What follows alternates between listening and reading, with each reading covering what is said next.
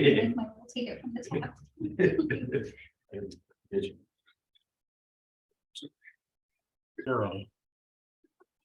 Okay, why don't we go ahead and call the meeting to order, the Public Works Subcommittee meeting today, April 25th at 1:30. Let the records reflect, Michael, that staff is present, as is Councilmember Wheeler and myself. At this point in time, I'm going to ask Councilmember Wheeler to run the agenda. So if he can do that, I'd appreciate it. So Brian, it's all yours. Okay, and nobody online, or this is plan B. Public comments in person wishing to speak to council. Subcommittees on any item not listed on the agenda may do so at this time. Members of the public have the right to speak on any item on the agenda at the time the item comes up for consideration. Pursuant to the Brown Act, the subcommittee is not allowed to consider issues or take action on any item not listed on the agenda. 3 minutes are typically allotted each speaker. Move on to C and communications. Do we have any communications for the subcommittee? Chair, no communications were received Okay, after the packet was published. perfect. And item D, approval of minutes of the last meeting. Any reasons we shouldn't approve last meeting's minutes? Any comments? No? Good deal. Let the record reflect the minutes are approved. Yep. Okay, new business. First discussions, Dahlia and Sage Market striping plan. Thank you, Councilmember Wheeler, acting chair. Included in your packet is a proposed design that was submitted on behalf of Dahlia and Sage. Just quick background. This came before the Public Works Subcommittee meeting in March, where the subcommittee reviewed and discussed the proposal to paint the front curb green to accommodate 24-minute parking as provided for in the Muni Code. At that time, the discussion pursued that whether there was an opportunity to possibly restripe the existing angled parking to enable additional parking spaces. The proponents from Dahlia and Sage, in this case, Cloverdale Engineering, submitted a design concept that identifies that there are currently 5 angled parking spaces with some restriping and then restriping an additional area. We could go from 5 to a total of 8 angled parking spaces. This would include 2 restriping the existing 5 into 6, so slightly smaller spaces, and adding 2 spaces immediately immediately east of the driveway entrance. And I think it's a spot that can readily accommodate a continuation of the angled parking. So we just wanted to bring this forward. I think we want to review and make sure that there's no conflicts with city standards, but get the subcommittee's perspective, feedback, and input. And if you agree, we'll coordinate with Mr. Kelder on how we could get this restriping pattern accomplished. Well, Go ahead. I really don't have a problem with that. I'm sure Randy, well, my question is, will they all be green on the new 6 ones in front of the store? That's a great question, Chair Walter. I don't see any problem with necessarily if the additional 2 were green, but other than there would be separated by a driveway. So it's really in your direction if you'd like to see those the curb striped green in front of those, or just keep those open. Well, I would prefer to keep those open. The ones directly in front of the store, I don't have a problem with. The only problem, I know staff and most people at this table go out that way from time to time, and it is a little hard when you hit the end of the building to be able to visibly see what's coming. And I guess that backs up to the question is, would the 6 take up a bigger footprint than the 5? Because as you come out of that, it's very difficult to make a right-hand turn. And I know at one point we had pushed that back because the fire trucks used to go out that way. And they needed a big burst to make that turn. So I just want to be cautious that we don't block the visibility of the people coming out from this parking lot with that 6 spot. Yeah, that's a great comment, Chair, and I think the drawing does reflect that in order to accommodate the 6, there's a slight adjustment to the west where there's I'm not sure if our city engineer, how you define that triangle, I guess. Like the apron, the driveway apron. Driveway apron, to align with the property line, so it seems to stay consistent with the property line. So looks like it's moving it over maybe 4 to 5 feet. I don't know what the scale is offhand. I can't see it's got yellow on it, but Well, I'm not saying not to do it. I'm just saying somebody should put a dot there and then pull out a couple times and just see how bad it's going to be. How about instead of, is there any way property wise where they put the 2 in to the east, where it comes out of the parking lot, is leaving the space that Chair Walter's talking about, so you can see, and adding 1 to the 2 on the east, The green spots. Yeah. still giving 8 spots, but leaving that open when you come from the west side of Dahlia and Sage out of the parking lot. Delivery trucks, everything, is that feasible to move 1, like make that 3 on that side and just keep the original 5 in the front? That's a cut curve there. Yeah. Oh, is it a Yeah, cut right, curve right there? There's 3 Oh. driveway aprons in this Gotcha. view here. You Yeah. can kind of see them. So you've got the apron that goes into the existing 88 parking, and then there's an apron here at the corner. Gotcha. And then we also have to remember too, that technically there is a lot right there. In the middle. I'm not explaining it right, but That's a parking lot. Yeah, the parking lot. yeah, the parking lot is actually a lot. I think it's 400 square feet or something. Randy parks his tow truck there, but that is a private lot. So I don't know. I think it's all part of the property though. It's all Is part of the Dolly and Sage property. And that's identified by the bold property line around the whole, around the Okay. existing market and out to the sidewalk. Yeah, so I'm not saying don't do it. I'm just saying we really got to think about that. I mean, one option is to keep the 5 as is, which would require, any real modifications. And then just add the two angle parking. That might be the most. To the east. To the east, And right? make them green if you want. Right. Yeah, I'm fine. I forgot about that cutout over Yeah. there. Yeah, maybe, well, I think per your original comment, Chair, you were suggesting maybe keeping the additional 2, just not making those time parking. Right. But just picking up, because I think right now, if there's a car that parallel parks, you probably you're basically adding a spot. You get trying to pick up a spot. It doesn't look like Kurt's suggesting the new ones to the east are painted green. Doesn't it say there, David, like, Yes, right. Yeah, That's right, right. But I'm saying if we can't give them the 6 in the front, give them the green? we give them the green over there, Yeah. I mean, realistically, if you go to Dahlia and Sage, guilty if there's not a parking spot, I parked in that apron many a time. Yeah. I mean, just saying, Right, right. and then it is tough when you're coming out, if you're backing out and you're gonna go east, you don't know what's coming, you're like, okay, let's see, so it's tough, I mean, I don't think it's gonna be a perfect layout regardless, But, As long as it meets code. yeah, exactly. Well, really just it was here to receive your feedback and Yeah. direction. I think there's support for at least adding the additional 2. We'll coordinate. Yeah. I think the goal with the green green line, is to get that done as part of a community unity day project. Yeah. Yep. And then the striping, we'll have to coordinate, how that gets done. We already notified Kelder that, Green will be. Cool. Yeah.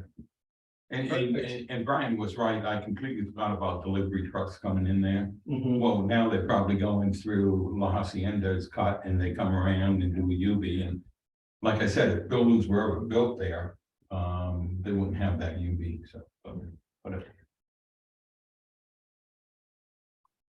Thank you. All righty. And then next, we see.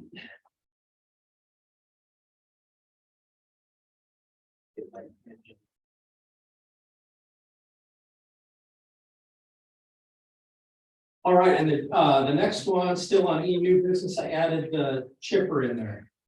Reason being, and this is the reason that I brought that up, I've been asked quite a bit lately with the storms and all that. Didn't we buy a chipper? Okay, yes, we did. I'm pumping the brakes on people here. So I saw just after I talked to Mike about that and added in, I saw the training in there and all that, cool, but just only reason I wanted to bring it up for discussions, we are hearing about it. I'm hearing about it, I don't know if anybody else is. So just keep in mind that people are bringing that up to be used.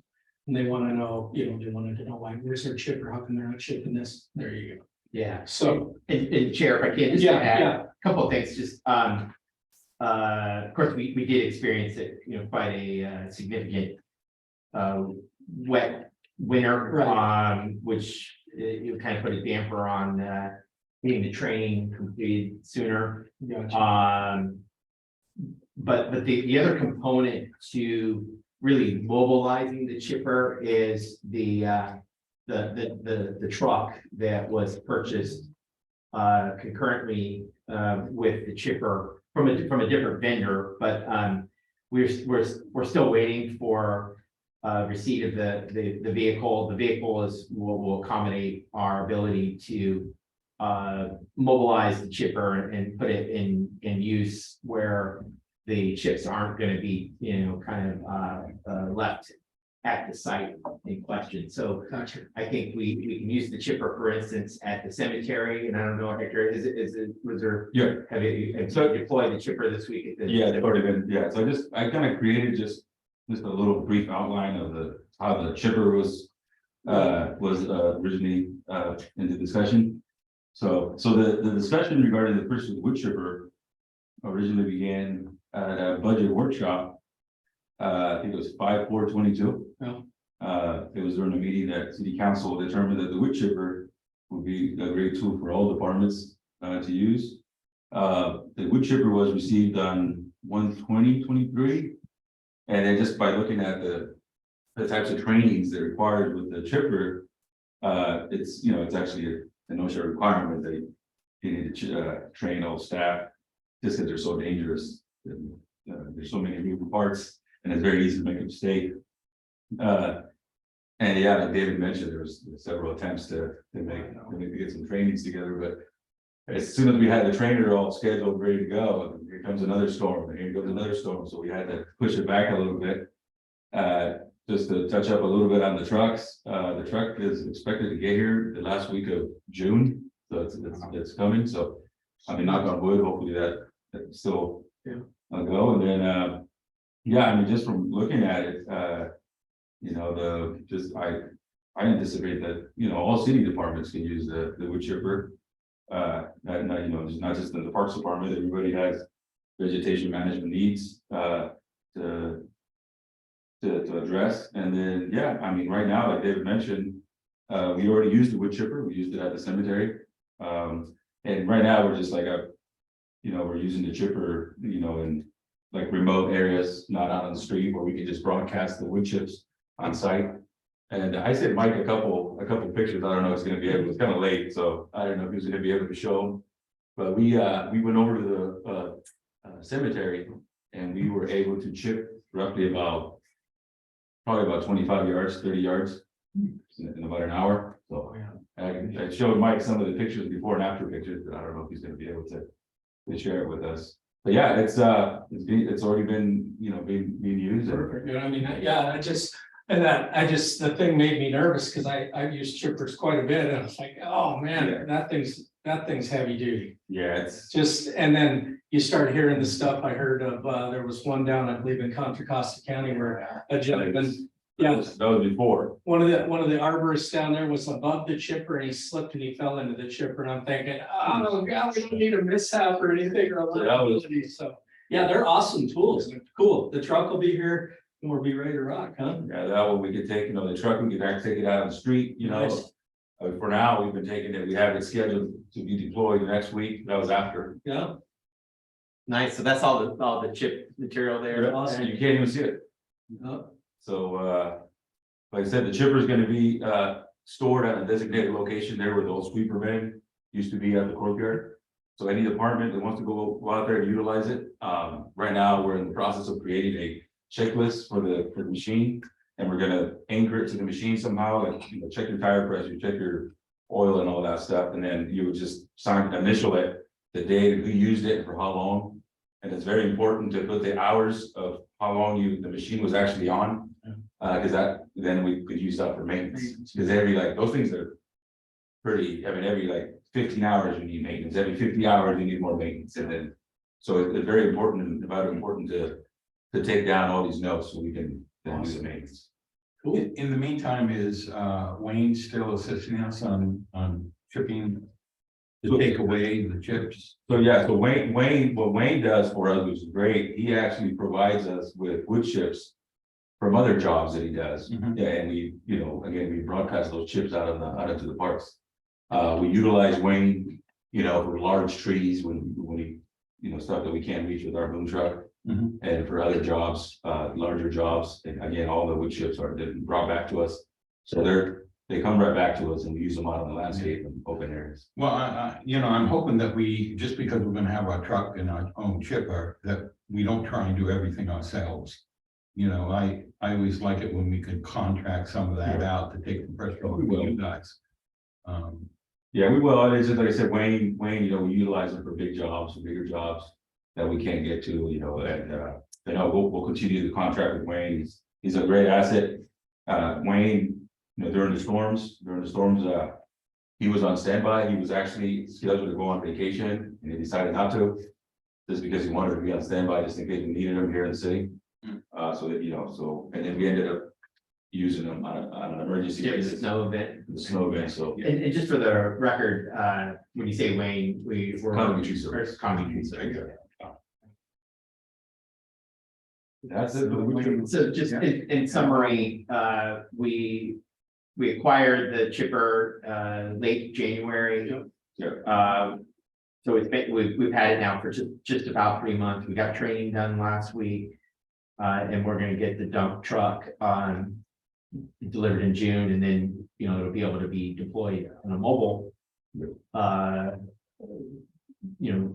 Mobile needs as they arise, including other departments. Yeah, absolutely. I just had, and one thing I wanted to bring, this is one resident specifically said, now, when on that chipper, can you tow that, once you get the truck, Yeah, can you tow that and make it? You know, you're obviously not gonna be throwing wood in there when things moving, I get that, but like the hill down there across from Ferber Park, yeah. then people say, hey, can they spray, is that gonna spray the chips all the way up to the top and be able to just spread them down? And Oh, yeah. it's like, I don't see why it wouldn't, Yeah, I mean, that thing shoots pretty amazing. like 60 feet. It shoots isn't the it? feet, it shoots the 60 feet. Yeah, Well, that's the reason why we wanted to take it out to the cemetery, just to kind of give it a test run over there, away from everybody Yeah. and away from that open area when you come up and there's nobody around, no crips or anything. And so yeah, that thing shoots up about 40 to 50 feet. So we'll be able to do all that. So that was actually in the long run will save money. And we can do it, you can do it. So what we did at the cemetery, we moved the gooseneck. You can work on the chipper for 15 minutes and then you move it again, and then you move it again. That way you kind of spread it all through the hillside and you don't have to rake. Way to save a little maintenance. Backache. Yeah, nice. well, it's working good so far. Perfect. Thank you, Victor. Problem. All right, any other comments on the chipper? Any other, you got anything? Well, let's move on to F, standing items. It looks like we have just a bunch of updates and we can read them all or just kind of go through them. David, would you be happy with that? Just kind of. Mr. Chair, can I just ask a couple of quick questions? I'm not sure if they made the agenda or not, but at the last meeting, we talked about the intersection of Franklin and Hillsburg, where there were some cars, big trucks kind of parking as they were blocking some of the roadway.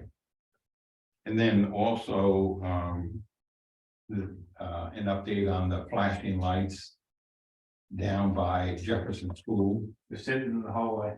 Oh, are they? Okay, well, I And need show an them update yesterday. on that, and then, a new complaint that I'm receiving, and I don't know if it's on the list. Is the, mobile homes that are parked on Hillview by the Patriot gas station. As you come up the hill from Ace, the obstruction that the one on the south side. Next to Ace's lot, really, hurt your vision for traffic. And I understand from the complainer that it's just a mess. So I'm not sure if the code enforcer can take a look at that. Yeah, it's been there for a while. I know which one. Yeah, both of them have. Oh, anyhow, that's it. Yeah, I can't remember on that Franklin and what corner was that? It was. Franklin and Hillsburg Avenue, we were gonna check to see if there was no parking on that side of the street and if a red curb was actually appropriate there. It is, I looked at that, it is pretty tight, through a couple of blocks there, at least one block, maybe about a block at a time.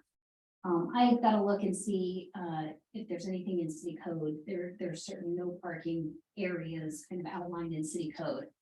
So that's on my list. It's also on my list while I'm here today. We'll look at that. Take my measuring wheel out there and actually see. I did find it in our street inventory, kind of the next down section of what that looks like, kind of between Hillsburg and the church parking lot, I believe. So that's on my list. I'll be looking at that today. Thank you. So Chair, if it's okay with you, we'll let the city engineer do your site visit and then send out maybe an update, and what I can do, Vanessa, is have a phone call with our vice mayor and give him an update on what you find. Okay. That'd be great, thank you. Well, Chair, there's a long list of items. We wanted to speak specifically to just 3 items. If it's okay with you, maybe tackle those items a little bit out of order, and those are items F, I, and K. And if that's okay, Yeah. the first update's on Allen Avenue asphalt repair. And I'm gonna turn this over to our Public Works Director. Just quick background on this item. This relates to a water leak repair that occurred in mid-January to a asphalted pipe. This section of road was in relatively poor condition as it was, but the water leak didn't lend any favors to the pavement condition. As a result, and subsequent to the repair, our Public Works Director sought informal bids or informal proposals for repair of that corner section of Allen Avenue. So I'll turn it over to you, Derek. Yeah, about on that. repair of that section, we did we repaired the pipe and put in temporary road repairs and informal bids to completely repave that whole, not whole, they call it, in there. And, you know, we found that due to the significant amount of rain in the January storm event, there was a weakening of all the soil underneath, and that aids to the continuing breaking of those pipes underneath. So we sent out 5 requests. We got 2 back, so we're going to take the lowest of the 2, and then I'll be bringing that to council in the next meeting, and then we are going to seek guidance from FEMA for any type of storm related help with that. We're hoping that they will continue to help us with any storm recovery with any infrastructure damage. Once it gets awarded, what's the time frame for start to finish on it? Do they? No, No, there's no. Yeah. Yeah. Gotcha. Ballpark, what's the cost on that? Like 50,000. Yeah, the 2 bids, Regis bid at the low bid, 48,000. And then the other one from Howell Engineering. So 2 local contractors bid on it. And 56. And based on the price difference, we'll recommend Regi. Presuming council supports the ordinance submitting my city manager budget authorization, spending authority. This would be within that, but we want to make sure we've got adequate contingency, which we put it over. So we'll be bringing this to council to go ahead and award the bid to Regi for this work. And seeking as Director Montoya said, Montaigne said, we'll be seeking FEMA reimbursement for this project, which we did categorize as a storm related damage. And you know, I'm not prejudiced to which one to go with, but I like the fact that they're both locals and Regi is always there for us. So.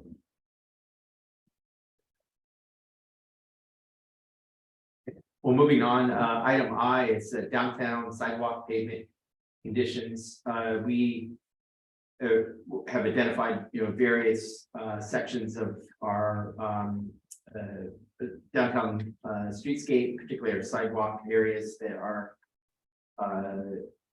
maybe out of compliance with ADA requirements or ADA guidelines, and or maybe presenting a tripping hazard. So again, through informal quotes, we got a quote from Regi to repair the sidewalk in front of T and Yin on First Street. There's some insulated work there that will also be necessary by parks to address the tree and the roots that are uplifting the sidewalk. So the primary work with Regi is just do the sidewalk repair, but parks will also coordinate the necessary tree maintenance or repair work, including putting in the appropriate root barrier or something to try to address the potential impact of the roots from the trees. So the quote on that,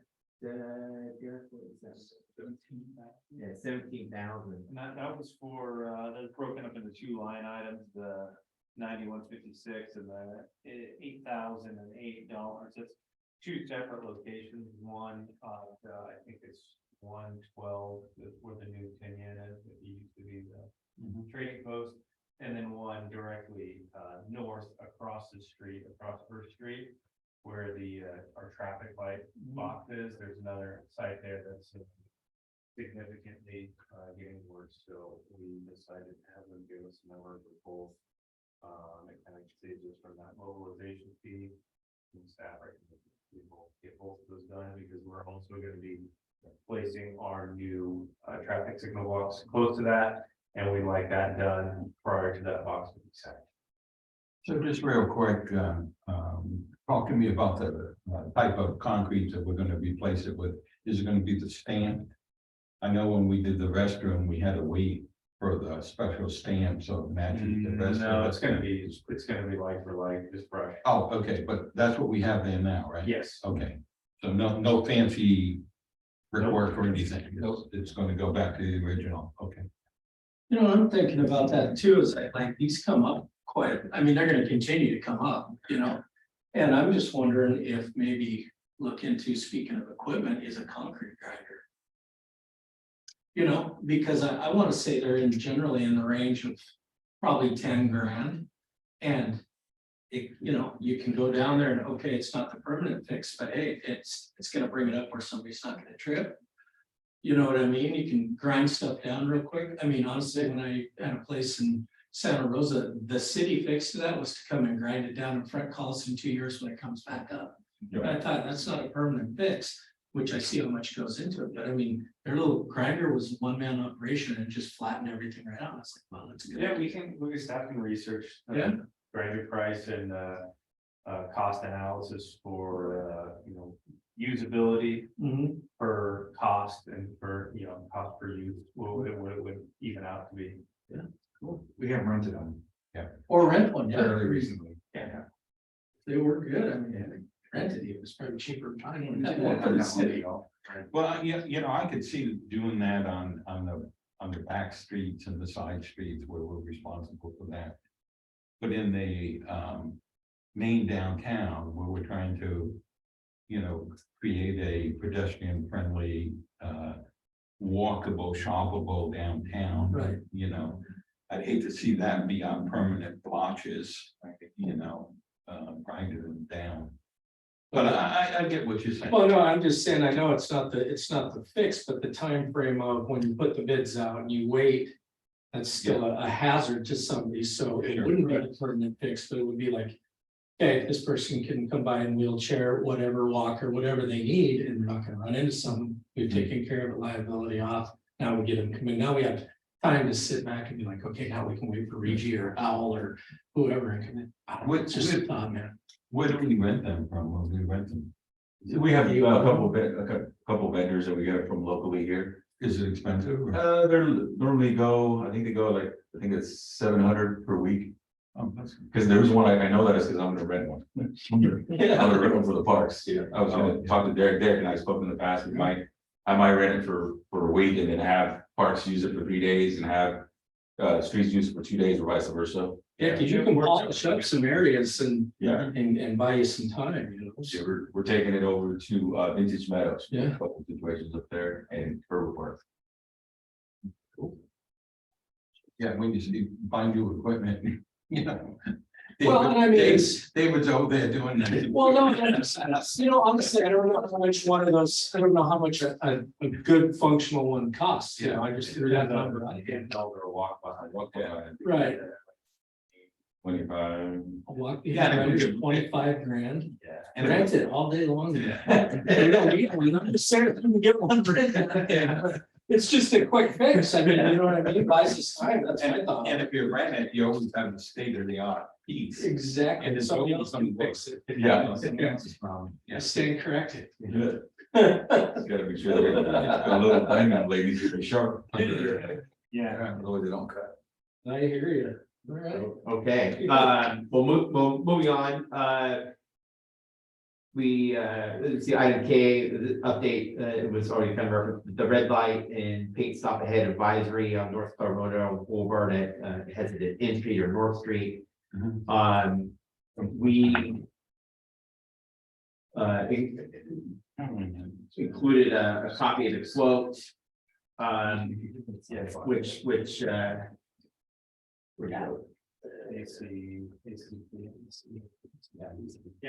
so we procured a 12-inch red solar powered flashing beacon with a 30-watt solar panel. That has, it's arrived.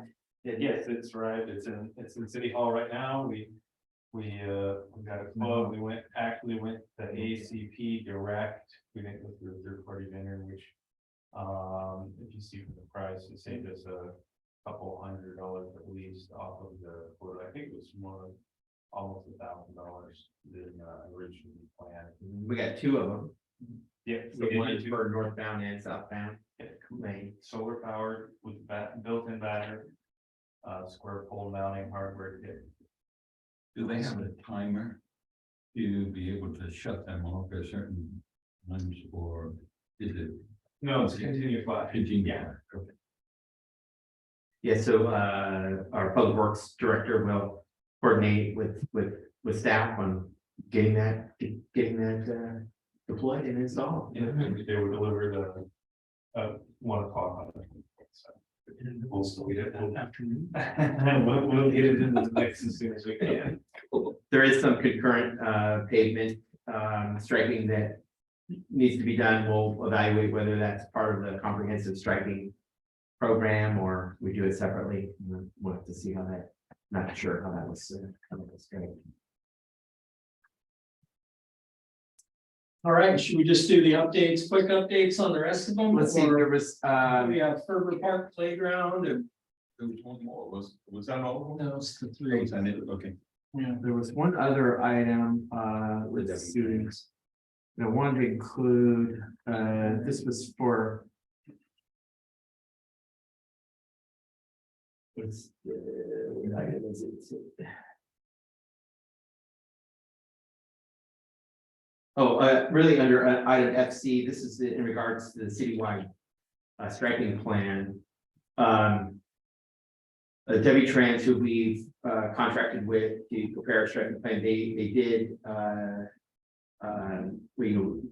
prepare the 90% design drawings. We had a meeting with them to just briefly discuss those striping plans. Likewise, we've received preliminary estimates for the work on Treadway as well as Foothill. Some preliminary cost estimates. Did we get the 90% design drawings with that, or was it just cost estimates? We did. Okay, so now we have 90% design drawings for the 3 road segments that we have identified. But one of the things we talked about, this was at the direction of council under new agenda items, discussed the concept of restriping the southbound lane of South Cloverdale Boulevard as it approaches Citrus Fair Drive. There's currently a pass-through lane. The idea is to eliminate that pass-through lane. One, to kind of try to improve some traffic safety, but also accommodate the wellness center, which will be locating on the south side of that southwest side of the intersection, and we'll have a patient drop-off zone. So there'll be kind of a turn-in where right now it's part of that pass-through lane on the south side of the intersection. We asked Heavy Transit to prepare a proposal to revise the striping plan to kind of accommodate how to eliminate that pass-through lane and bring in and extend the bike lane and tie into and inform us how to ensure that the striping pattern addresses the turn-in for the wellness center. So included in your packet, yes, is a scope.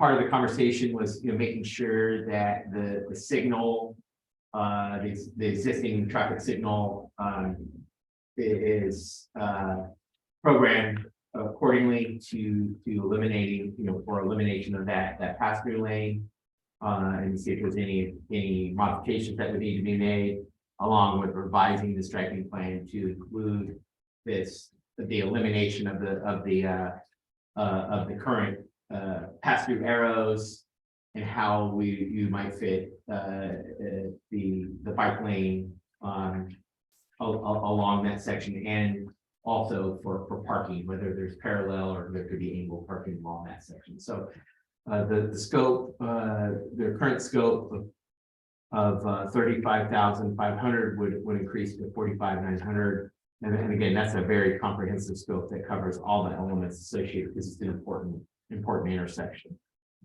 So wanted to bring that bring that to subcommittee, and make sure that we're addressing what I think the council is asking, and mentioned in reference to the mayor as well, that we were bringing this forward.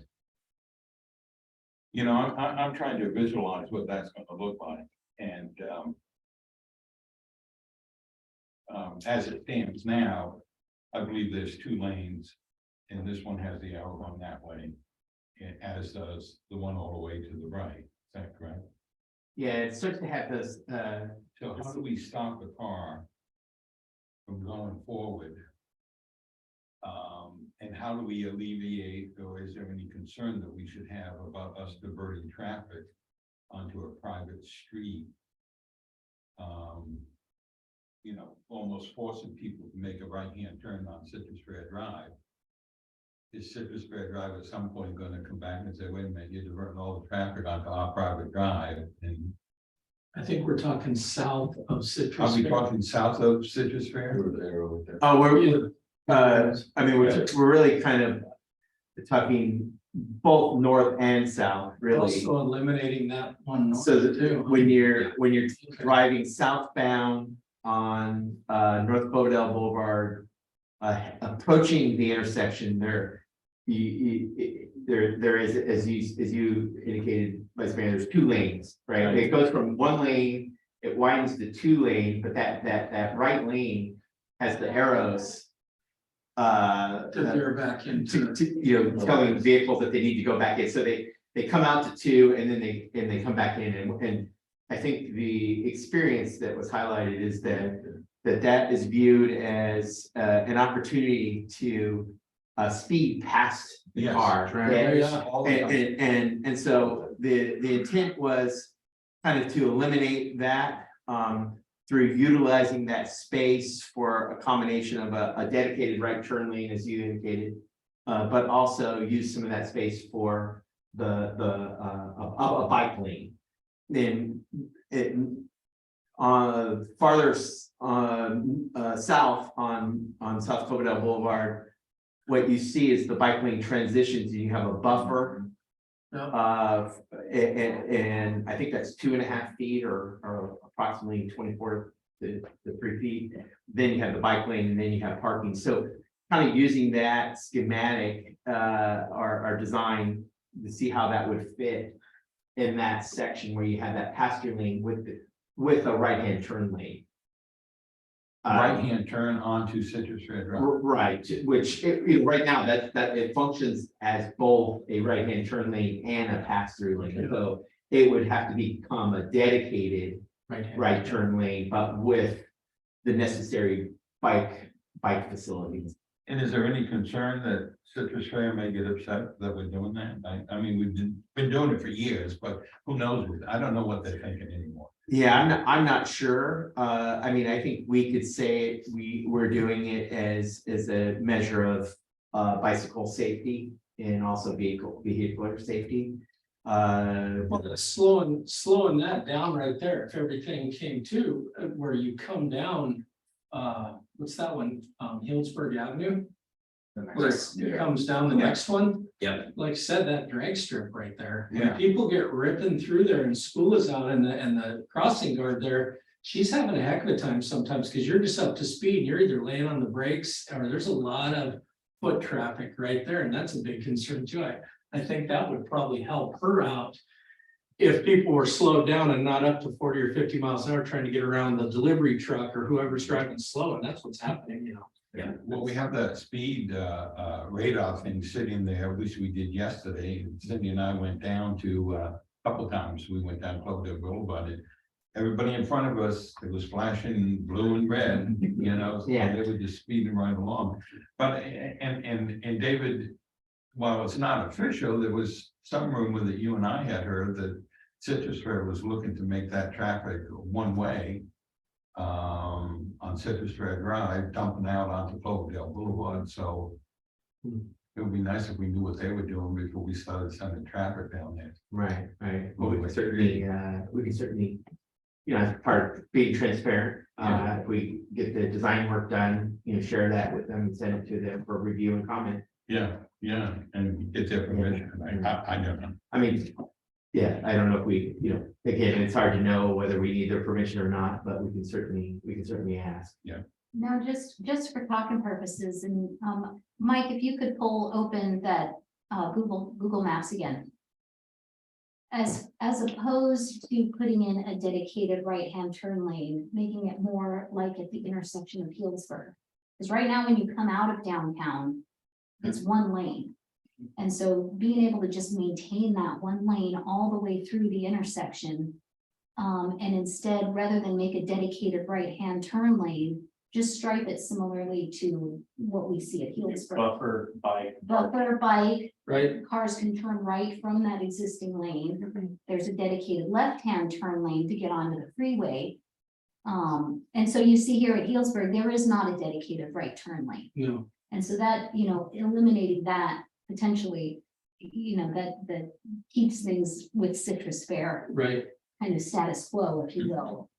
And it eliminates that. It's just through this stretch that you've got that secondary rightmost lane. Yeah, because one single lane consists, you could turn one lane into parking, a bike buffer and a bike lane, and it calculates out to be exactly the lane. Right, right.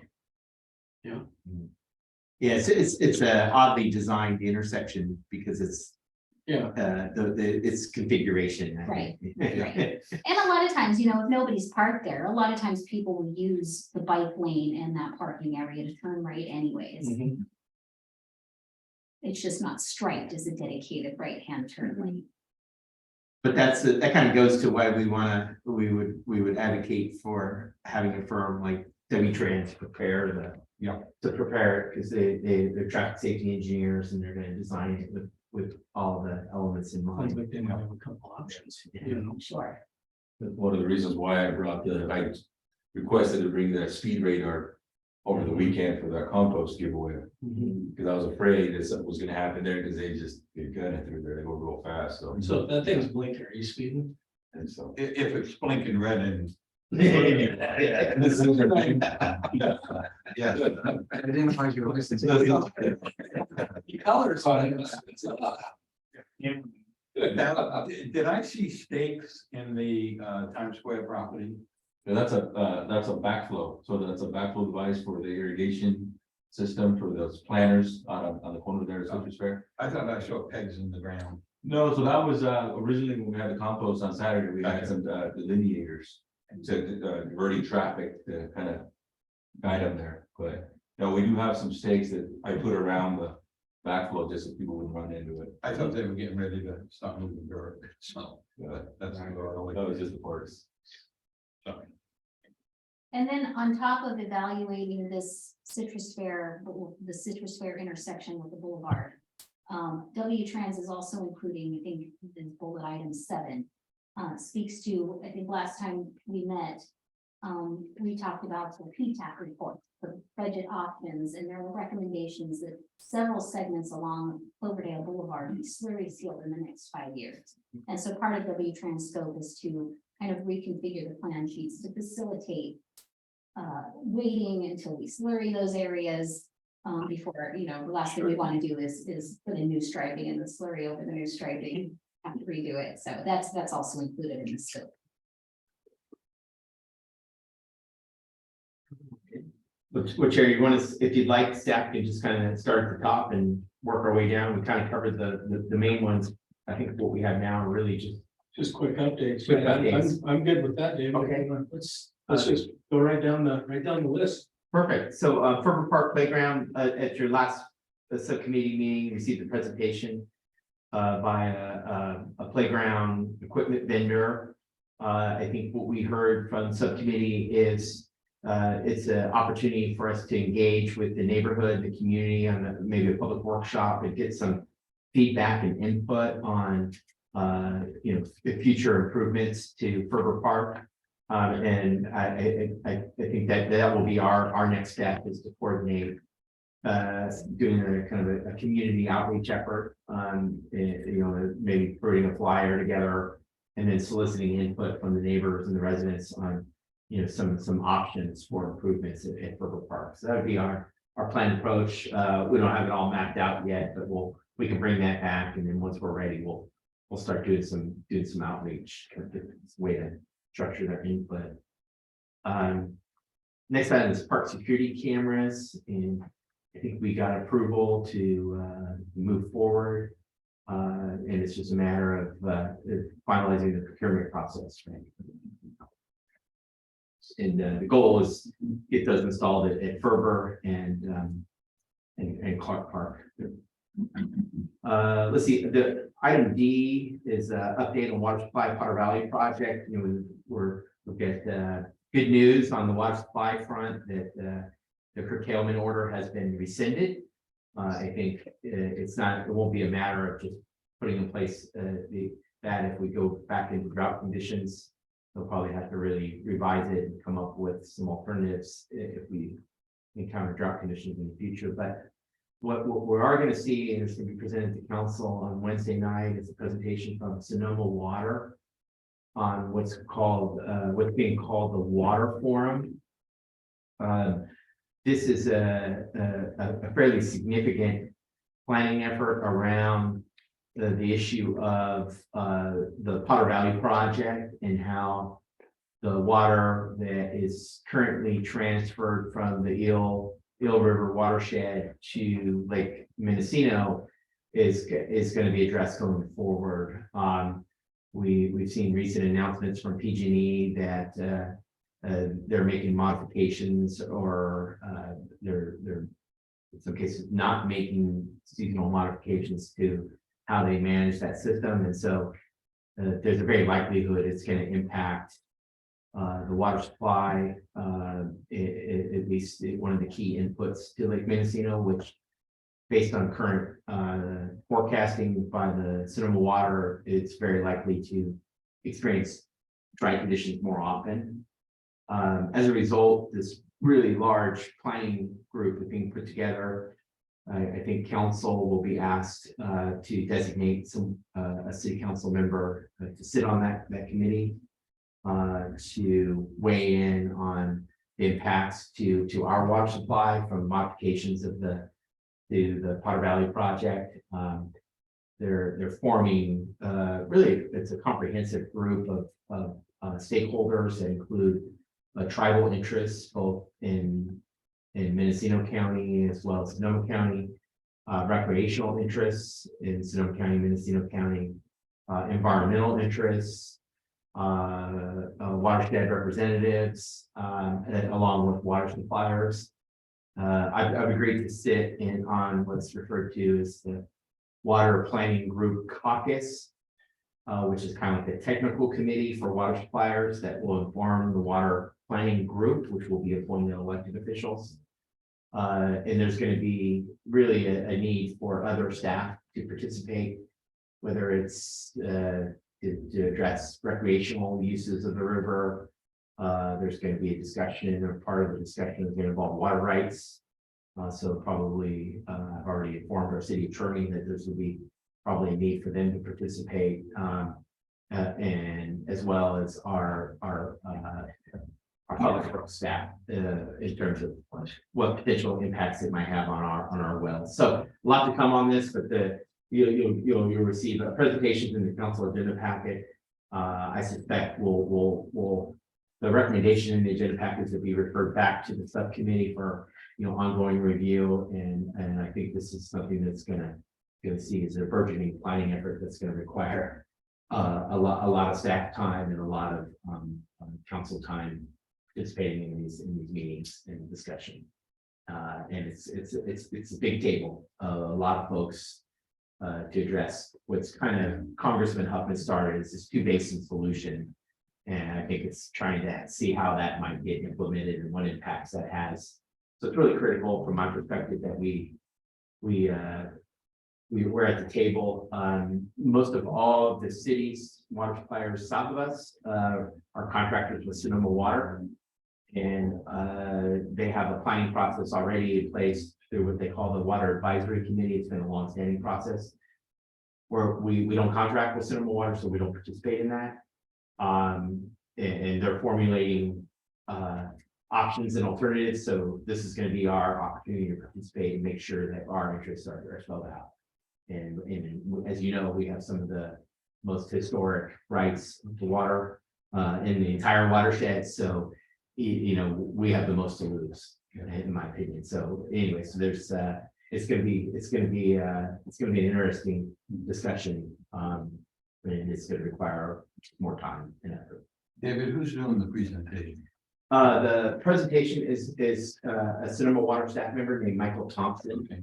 He's assistant general manager. He's leading up the planning group, or the planning caucus, as they call it. And they'll kind of touch on these different components of this planning effort, where the caucus is really kind of like these technical staff members on these topics that are going to inform the planning group, which is going to be the decision-making body. And can I ask a question? I don't know if it's the appropriate time. If not, let me know. But when do you think is the opportune time for us to seek permission again to do some irrigation wells in our city parks? We had talked about that before, but I think there was a moratorium on drilling new wells. Now that the drought is over, do you think those restrictions have lightened up a little bit and we can proceed with that? It's hard to say that it's convoluted because the groundwater basin Right. extends way up into those foothills, even a little bit beyond city limits in some cases there. And so, technically, it's kind of regulated. The waters under the Russian River are regulated and they extend that far for this jurisdictional boundary with the water board. It's probably an easier case to make in right now when we've got a nice wet year. Mhm. but it's still like a legal case where we have to, present it to the regional board. I Right. think we're looking at it as, the argument will be if we pull water from the parks in the summer, because of the way the groundwater migrates, it's not gonna impact the Russian River until the winter when it doesn't matter. But that would be a case that we would have to make the water board, and we don't know. Yeah. Feast or famine, we really can't say Well, whether they'll go in with that or not. yeah, and not to go down a rabbit hole, but you wonder if our water rights actually are to the Russian River include the aquifer as well. But and then again, what's the definition of a well? Is it so many feet? I mean, Hector says we can get water at what, 50 feet probably at At the city park, yeah, the table was pretty high up there. We had that issue with the line treatment. The water table was so high there. Yeah, and the same with the Furber, that one corner, there's a pond, you can still see the remnants of it. So I don't know, I don't want to let go, even though we're flush with water right now, I don't want to let go of irrigation wells. In the Sure. city. Sure. So, Yeah, specific to the parks, this kind of leads into, I think, item P.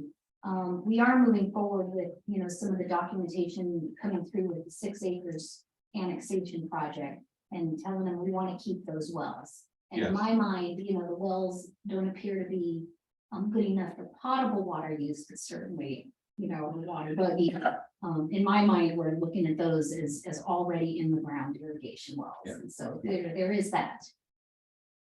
and yeah, I think from the beginning, we were thinking that we would inherit the rights of those wells, even though they're not potable water. When, if it's a well, we're not gonna let go of it. So, Sure. all the Construction. things, yeah, use it, yeah. Gotta visit that site. That would be Absolutely. nice.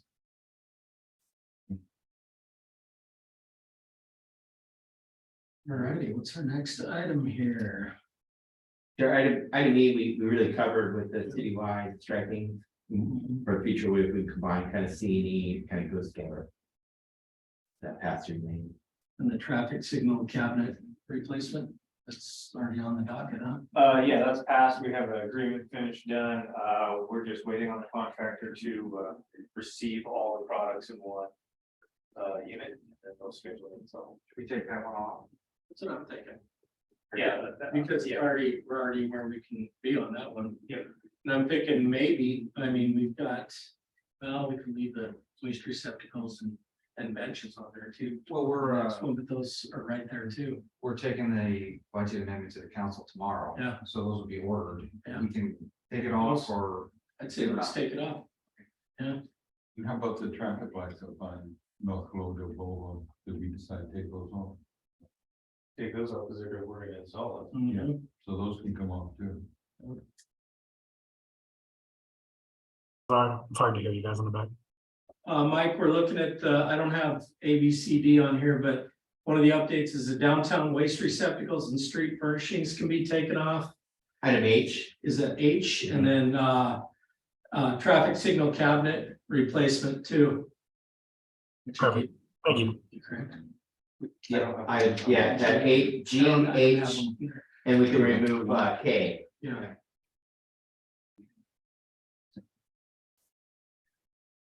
Right, I think Would it covers most of them. The next one I have here is item J. This is the First Street / Crocker Bridge pedestrian improvement project. We are waiting to hear back from the county on the actual technical award of bid that was scheduled to happen the week before last. But I did receive a call yesterday for a proposed ceremony.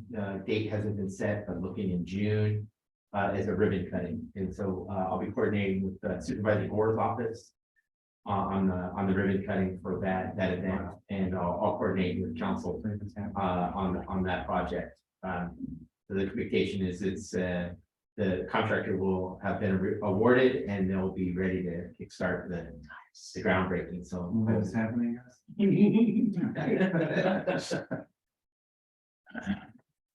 let's see, moving ahead, we have We already did the red light, let's go to Boulevard is, item L, infrastructure improvement cost estimates.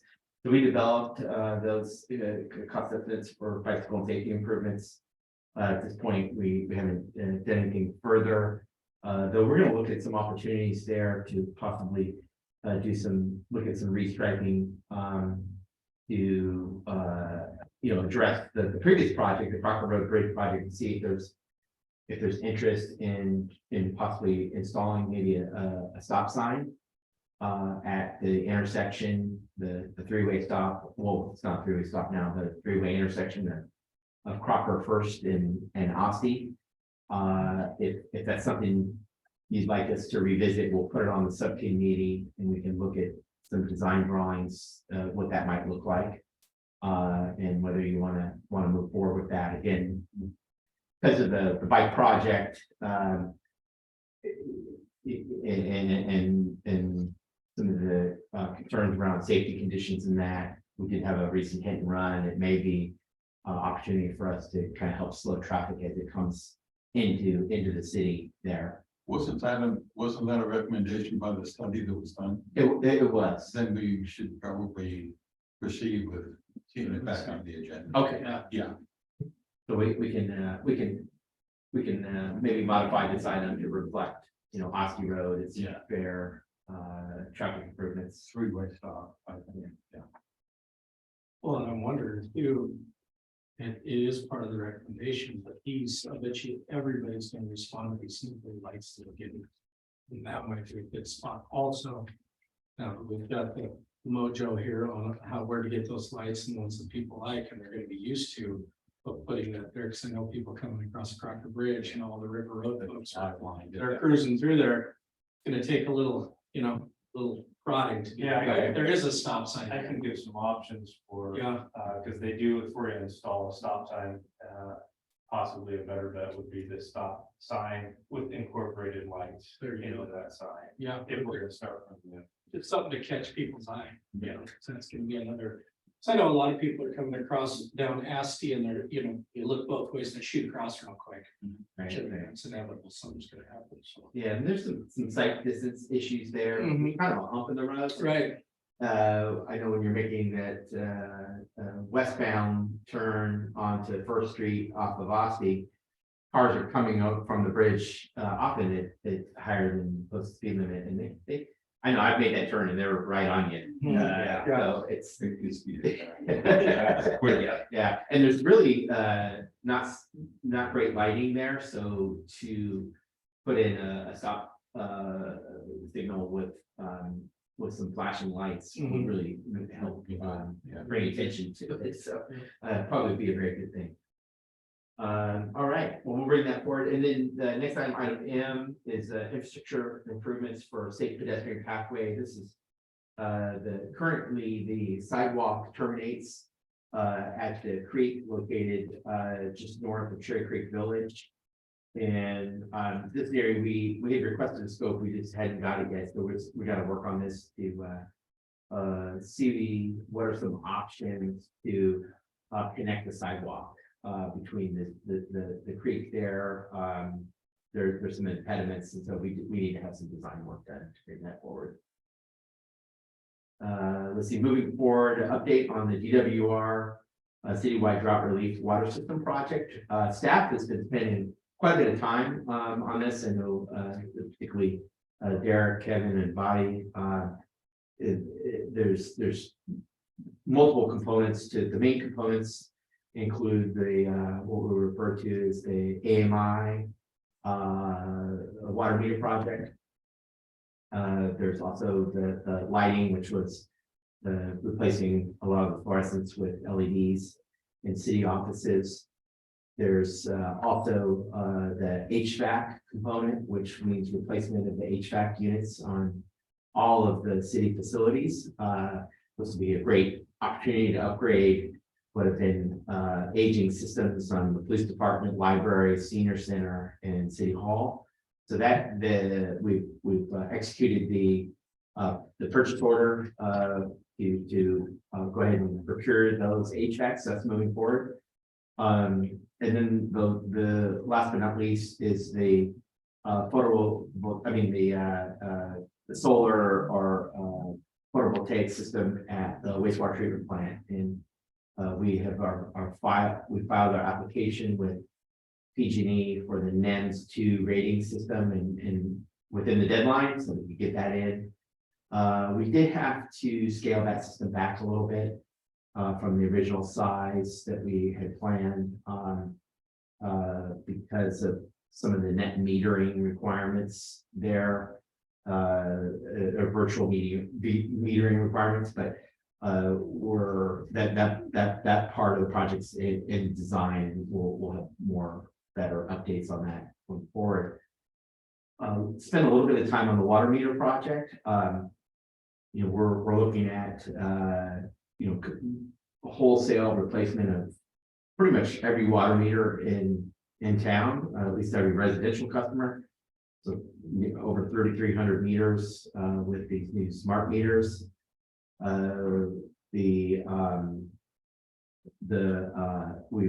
Today, I know the public works director was coordinating, looking at the location for the repeaters, so that the smart meters will speak to our cell system and be able to give updates to our customers. So all these pieces are kind of in the works. We realize how important it is to be able to communicate to the community about this project. We've developed a set of FAQs, or frequently asked questions. We've developed a fact sheet, and we've also developed a preliminary design, a web page that we want to deploy with all that information. That was all shared with staff. We're going to be reviewing that and trying to get that all out onto the website and shared with the community in advance as much as we can. Because while we hope this project is going to go as smoothly as possible, we're literally going to be touching every customer in the city, and so we hope it's seamless. But there's a lot when you're replacing very old meters that can happen, and we're putting in very advanced infrastructure. So we'll be working diligently over the coming months on that project. That one alone is a big staff effort, and as a reminder, it's funded by various sources, including the DWR grant funds about 40% of it. Council set aside ARPA money that we're using to help offset the costs, and then we have lease revenue that we're also financing a portion of the cost. So all in the works. A lot going on with these the four main components for this, but all good stuff. Thank you. Let's see, moving forward, we talked about Potter Valley already, which that'll come forward on Wednesday. And then 6 acres. I know Kevin and Vanessa were with 10. I think it's monthly meetings with the 6 acres. They're going to be working on an annexation agreement for 6 acres based on the pre-annexation agreement, and it's we go to planning commission for pre-zoning Next week, to planning commission for the pre-zoning, and then to you guys. So just it's one of the steps in the process. Yeah, it's been in the works for 3 years. Yeah, this is also a real time effort for staff, getting a lot of requests for data and information to help the design engineer that the state has employed. GHD, I think they're a very good engineer firm that's doing the work and just requires a lot of coordination, collaboration, and we're doing our best to accommodate their various requests. They keep wanting us to be the applicant for stuff, and Vanessa's doing a great job on it.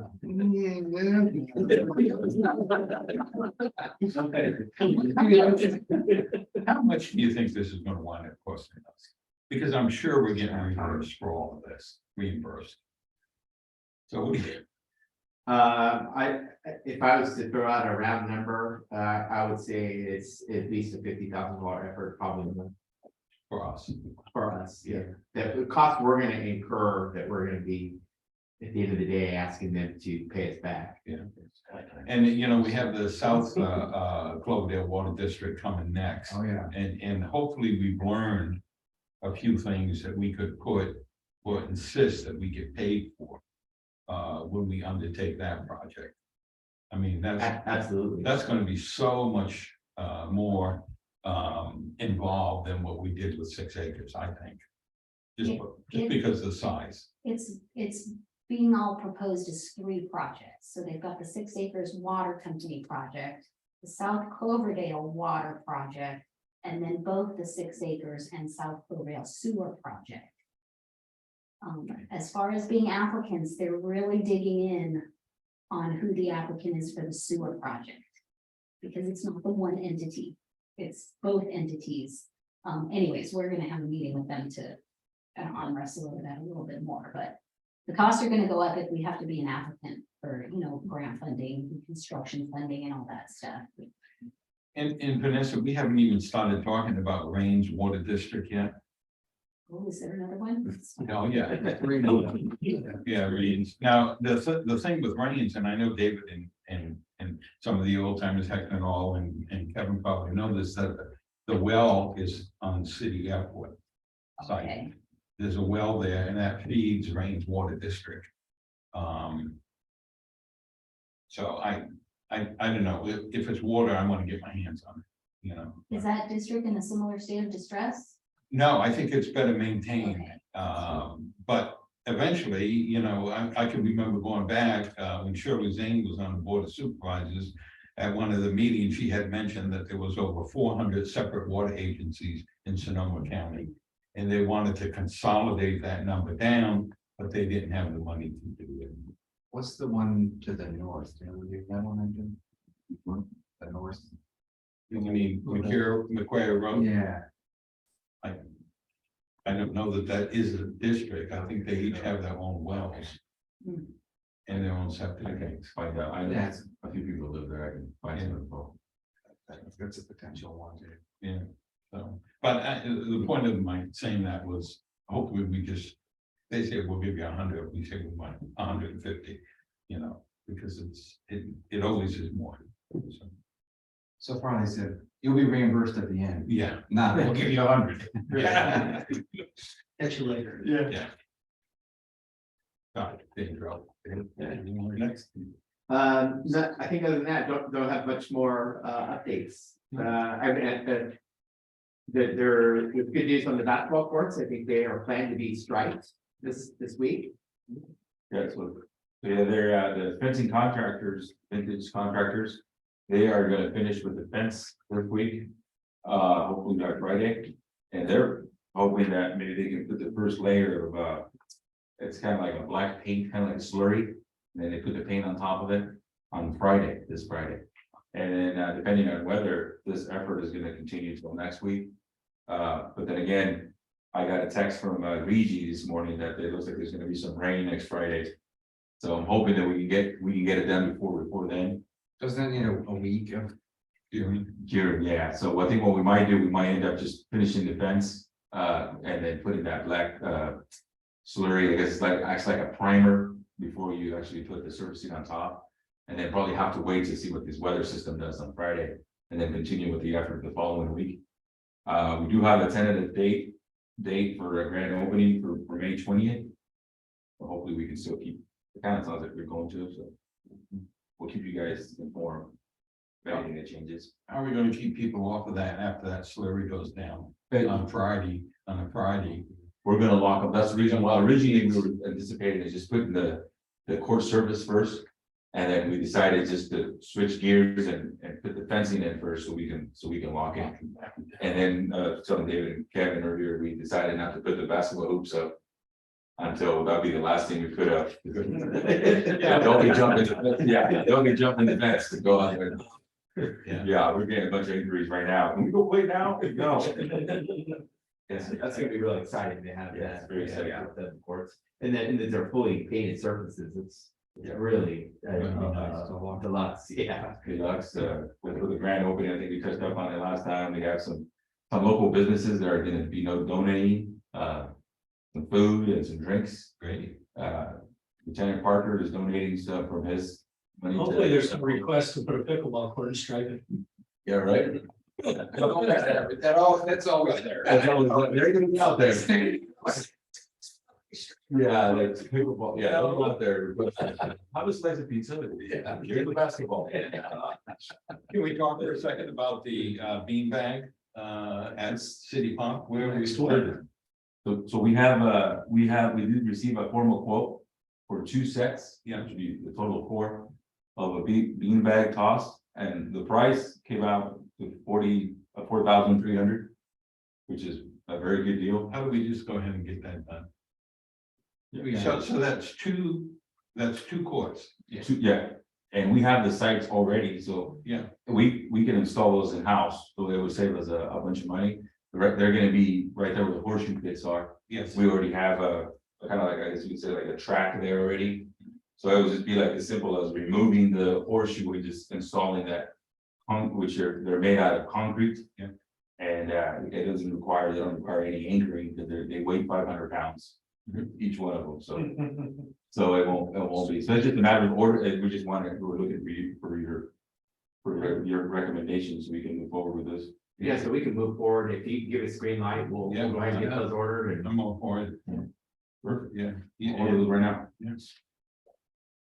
And that'll, Hector, for the record, so we have 4 horseshoe pits there now. We have 4, so. And we would then have you have 2, so we'll have 2 and 2 2. Yeah. beanbag and 2 horseshoe pits. So which ones were you gonna use, Hector? The ones to the, up next to the barbecue pits, or the ones to the open field area?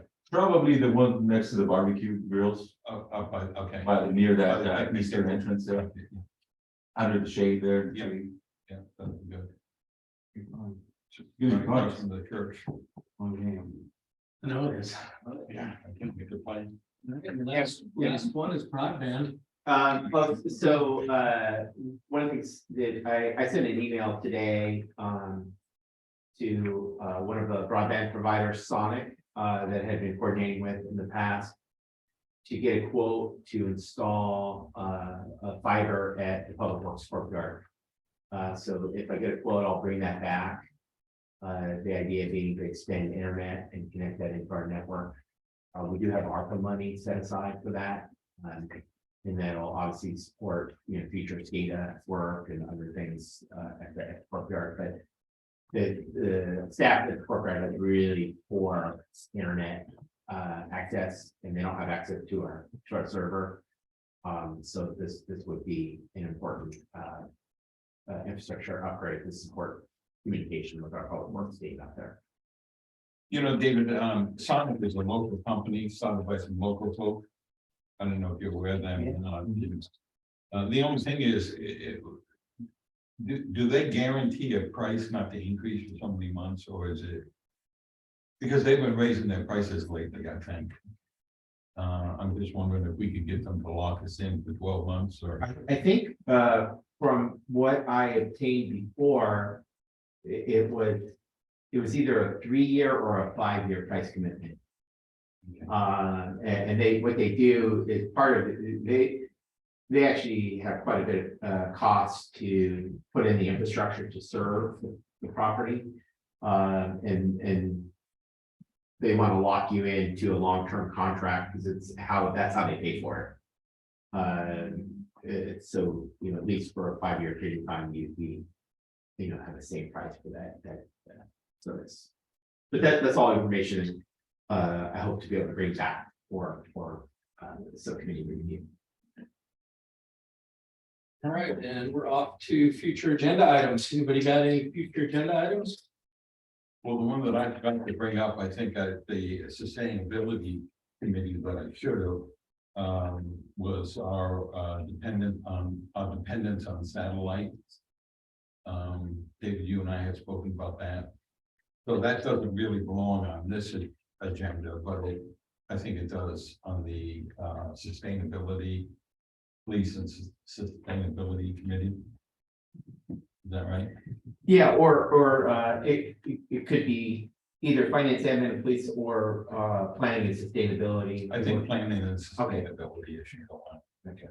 I'm just concerned that I heard today the Chinese were coming out with their new satellite eliminator, so they can shoot down satellites. You're listening to this right now. You're listening to your phone right now. I know they are. And I've been listening to too much radio. I gotta get out and start driving again. I can't just listen to this crap. I got one proposal is, we've got a lot of updates. We're going over a lot of there was three of them out of that entire list, and maybe. I'm wondering if we should maybe bump these up to quarterly every couple months, these meetings here. And then we have some meat and potatoes when we come in. We've got some progress and stuff. I mean, if everybody's in agreement, yes, if you are, maybe bump that up, or you want to keep them at Yeah. monthly? You know, I think we were at every other, and we decided that there was just too much time passing.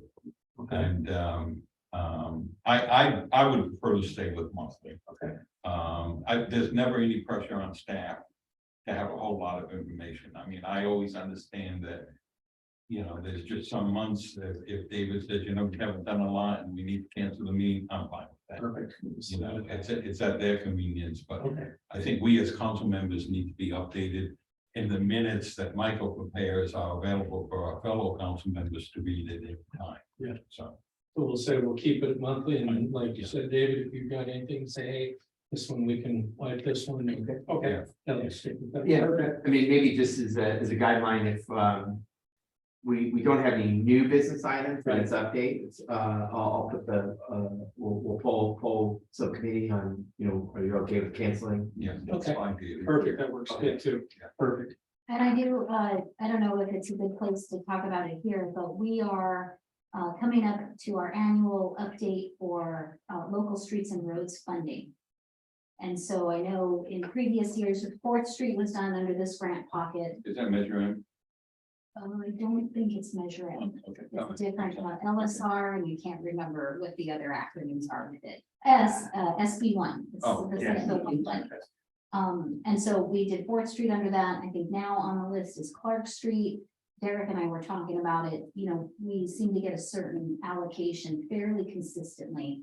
And I think, you know, stockpiling some of this funds Yeah, I think it was will probably get us through Clark Street. 222 for the fiscal year 23-24. So, That's what we're gonna get. so help me with Clark Street. That comes off of Cloverdale Boulevard on the other side of Hillsburg Avenue. I believe so. Yeah. Yes, like parallel to the freeway. Right. Yeah, right. Yes, And it goes to the freeway. It parallels it. it parallels the okay. freeway. Yeah, you can't get on the freeway from Clark Street. You gotta come And then back. it comes, loops around, and comes up by Zini's and Ace parking lot, and it Turn to the Brookside. meets, yeah. And so We have enough to do that. well, no, I think we're gonna have to kind of stockpile some of these funds. And so, but if the subcommittee is interested in adding anything potentially in future years above and beyond Clark Street, whether that's got to come to this subcommittee, we do have to get to meet the funding guidelines. We have to get a resolution adopted by city council and submitted to that program by July 1st. And so now's the time to talk about it if it's worth talking about. But I'm pretty comfortable that Clark Street will probably eat up the funds over the next couple of years anyways. And council, that's after 4th Street, that was the next project that council had identified. That comes with a pretty hefty price tag, if I remember, it's around 4 million. like that. Oh, I don't think it's quite that heavy, Okay. but it's still gonna be a respectable project. It's gonna, you know. Or 2.5 maybe. It was quite a bit because it involved the more than just Clark Street. Is that gonna fix those pests? I guess it would be south of the park, the two streets that come down. I can't remember the name of it. The water pools up right there. It's like you're going over a roller coaster there on Clark Street. You know what I'm talking about? Like if you drive Clark, if you turn in on Hillsburg, and you drive past. the Yeah, park, but incorporate, And it would, I don't think they were talking about very drainage or anything. it would just do the surface thing. Yeah. Well, you know what I'm a fan of, kind of dealing with any Right. issues underground, you know, kind of at the same time. And so, you know, we have to kind of talk to operations staff to see if there's any problems out there. So we need a resolution by July, and if I'm not mistaken, the last time we did it, we put down more than one. Well, there was a, location. We there- have 4 listed. there was interest in putting I think it was Railroad on That railroad and West Street. the east of Ospey, where it heads up the hill, Lake Street. Okay, But council felt that, I think, was of the mind that it might set up expectations that it would be done where we had such a significant work to do on Clark Street, Right. and then we could add that later. So I think it last submittal, I don't think we added it. We kept it in just Clark Street. Well, I know, I mean, Antonio is, Yeah, just Park Street was added. yeah, Oh, that's what was that. Yeah, so. and Antonio And then is, Park Street was the only additional, so since it's already on in the in the queue, that it would be a good for us to transition to something that's already in that. in the, Got it. okay.